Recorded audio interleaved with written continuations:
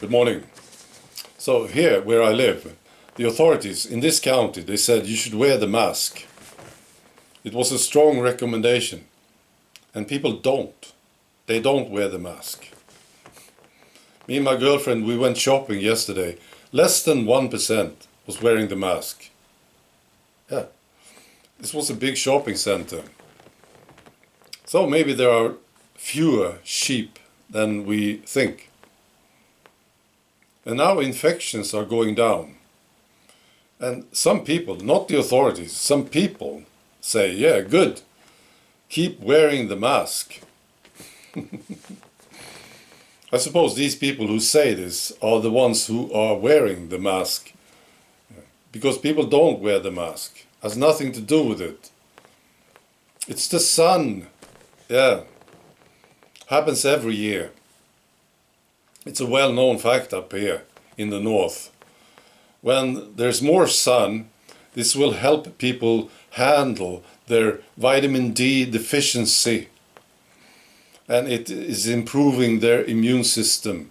Happens every year, happens with every flu. Yeah. And they try to say that it's the mask, when people don't even wear it. Right. I want to talk about Islam. This is from France. 80 retired French soldiers, including 20 former generals, wrote an open letter and says that President Macron, if he doesn't succeed in stopping the country's disintegration, military rule will be needed to avoid civil war. And the French government, they didn't like it at all. They were very critical. Now, I think this is correct. France has the highest number of Muslims in Europe. And we know what's happening in France. Yeah. Something needs to be done about it. Well, I think it's too late. I'm sorry to say this. Yeah. You know, you have to keep fighting all these stupid issues if you want to have your country as it's been. Yeah. Or it will turn into something awful. Exactly. And I want to tell you a story. This is from Sweden. A 15-year-old girl, Donya, she came to school one day. And as she was entering the classroom, she was stopped by two women from the staff, from the school. She was stopped. And these women thought that her blouse was inappropriate and distracting. And they thought that she should switch to something else. I've seen the blouse. I've seen the lady. Looked fine to me. Yeah. If I was in this classroom, I would like it. It was not inappropriate. Yes, she was showing some skin. She looked good.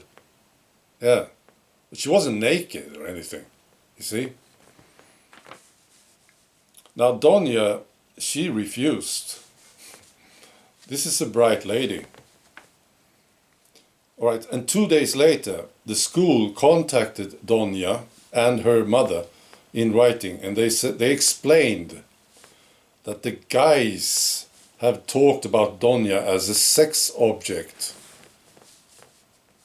and that was why the school thought that she should cover herself. This is from Donya. This is what she says about it. It sends bad signals.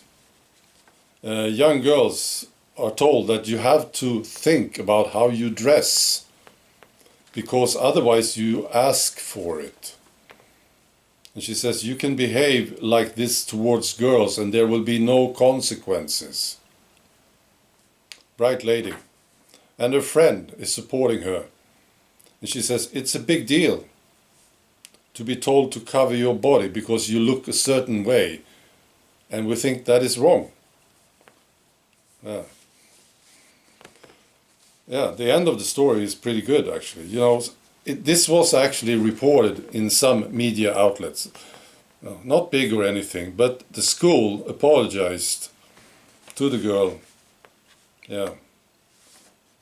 See what I mean? If you want your country more or less sane, or if you don't want girls to be punished for how they dress, right? Maybe you don't want them to be stoned to death because they didn't cover herself. Then you have to fight all these stupid issues, all of them. Well, yeah, I think it's too late in France. I think, honestly, it's too late in Sweden. I think it is, yes. There's no political ambition to handle these things. Our politicians are just cowards. They are not doing anything about this. It's not politically correct to talk about this at all.